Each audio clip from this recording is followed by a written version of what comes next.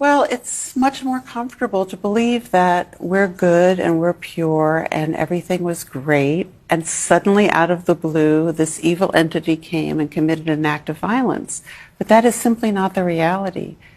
The pressure that has been put on Palestinian people, and certainly in Gaza, where people are living under siege, nobody wants to live under occupation and siege. I wouldn't want to be occupied for one day.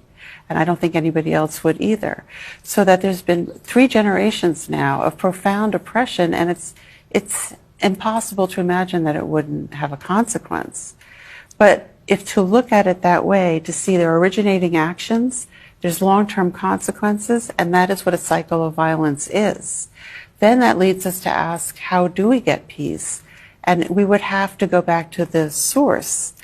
If we ended the occupation, if we ended the siege, if Palestinians living in Israel were not treated as second-class citizens, if everyone who lived in that land was treated as an equal human being with equal rights, with passports, with the right to vote, to travel, to be on whatever road they wanted, to go to whatever university they wanted, to fulfill their dreams and to have access to opportunity, there would be no violence.